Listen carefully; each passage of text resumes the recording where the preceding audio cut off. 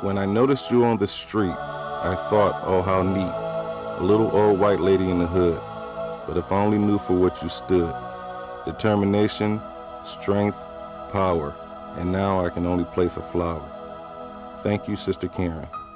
All through this neighborhood, this community, and throughout Buffalo, I believe she was respected. I mean, she was a very powerful woman in her walk, and the things that she did and the things she stood for. She was a small person, but you know, I mean, she exuded so much confidence and power. You know, that, yeah, she did have a lot of respect around.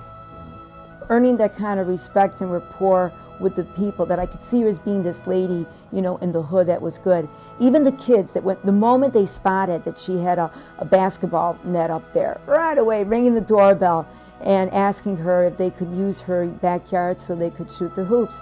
And Karen was cool, that she knew what to do. She would say, okay, fine, you can do that. But she would give them a plastic bag and say, do me a favor, before you start playing, could you pick up any litter you see in front of the house or in the area here and give it to me, and then play. And then once you're done playing, you know, let me know, ring the doorbell, and I'm going to see you again.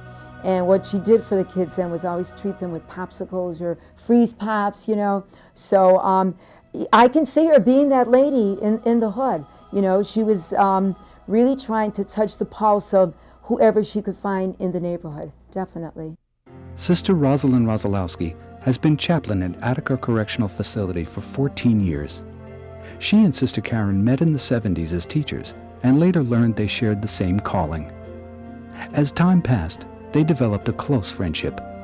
They referred to each other as soulmates in prison ministry, with Sister Roz promising to be there if anything should happen to Sister Karen. After Sister Karen's death, Sister Roz stayed with the men at Bissonnet House. You know, there's a saying that if you want to walk on water, you got to get out of the boat, jump out of the boat. And Karen did that, you know, and she didn't let fear, you know, really enter in.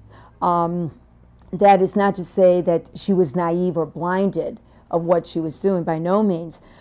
You know, if you found your niche, if you know you're doing what you're supposed to be doing, where you're supposed to be doing it, and with whom, you know, that eliminates a lot of the fear. And I think that's where, not just to speak as a nun, but the grace of God works within you. And I also believe that there's a tremendous love that overcomes any fear. And that's what operated in Karen's life. You know, she had a tremendous love and belief in what she was doing, a real strong commitment and conviction.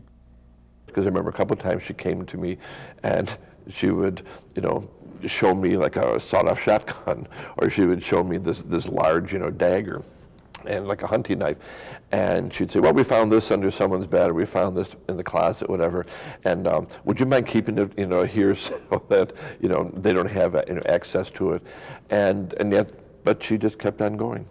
And she just said, you know, if something's going to happen, it's going to happen, and I just have to keep on doing what I think the Lord is calling me to do.